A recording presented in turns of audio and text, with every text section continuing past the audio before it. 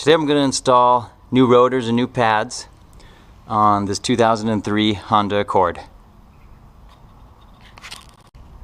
For this job you only need a handful of tools. I'm using a 19 and 17 millimeter wrench. I'm using my ratchet with a 17 and a 14 millimeter socket. I'm using an impact driver. This is to remove the two screws that are holding the rotor to the hub. Also, this pushes the piston back in on the caliper. You can buy these at the hardware store. I always use mine with a set of washers because it makes it a lot easier. It seems like the depth isn't long enough to fit inside of the piston. And then just using my hammer also. For starting this, go ahead and remove the cap on the top of the brake master cylinder and just let it sit there. You want to be able to have the fluid be pushed back up into the cylinder when you start compressing the piston on the caliper. What I like to do first is get off these two screws. This is where you use your impact driver.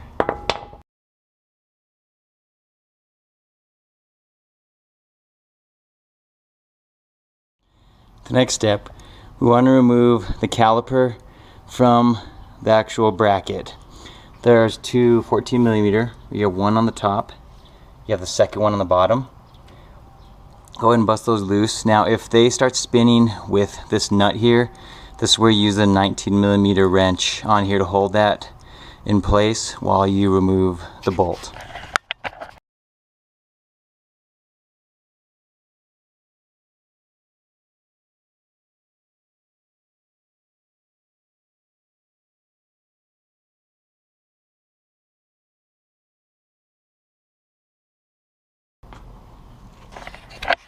After you have those off, you can separate the caliper from the bracket.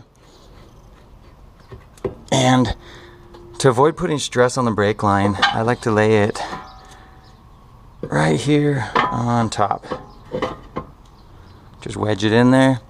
There's no stress on the brake line. That way I can work on removing the bracket and then the rotor. Now your pads are stuck here. Just go ahead and pull those out. The other one slides out also. You can see this one was getting really low. The front pad, the outside pad had a little more life, but this car was getting a lot of, the rotors were warped. I could tell when coming to the stop. You could feel it on the brake pedal. It was pulsating. Next, remove, there's a 17 millimeter bolt there. There's a second one right here. This will allow us to remove the rest of the caliper bracket.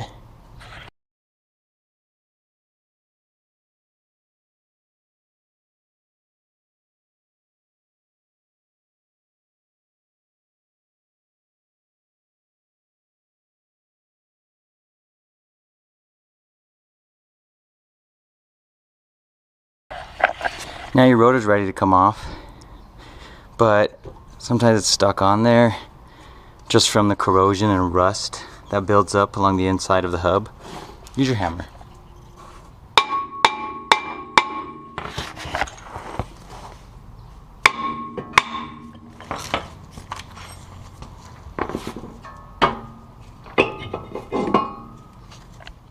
Now we're going to work on getting this caliper pressed back in.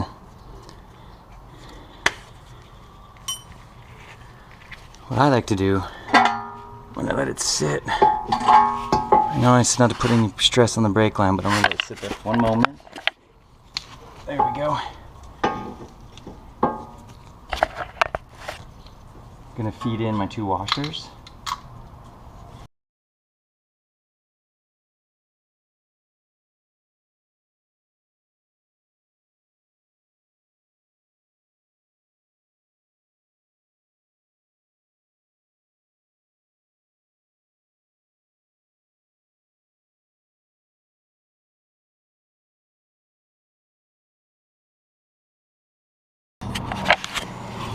There we go.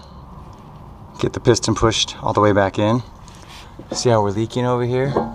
It's because I already did the passenger side and it pushed up on the brake fluid level. So after we get the car set back on the ground and get the brakes actually pushed back out the pistons. We're gonna add some more fluid here and make sure it is topped off again. Let's go ahead and remove. Get your washers out. Give that a little break on top. Go ahead and get your new rotor put on.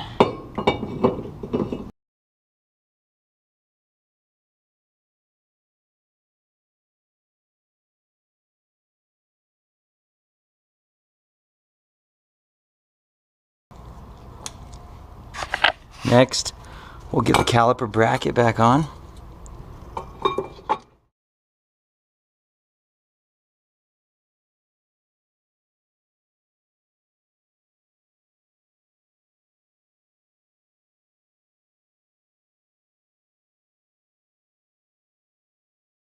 Let's get the brake pads put in.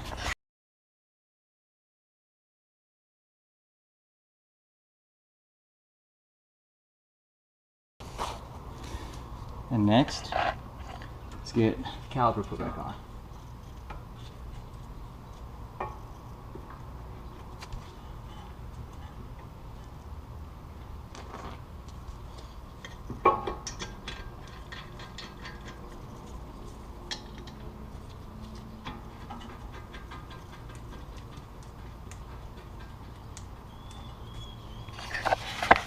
Now go ahead and tighten those. I'm gonna have to use the wrench and the ratchet.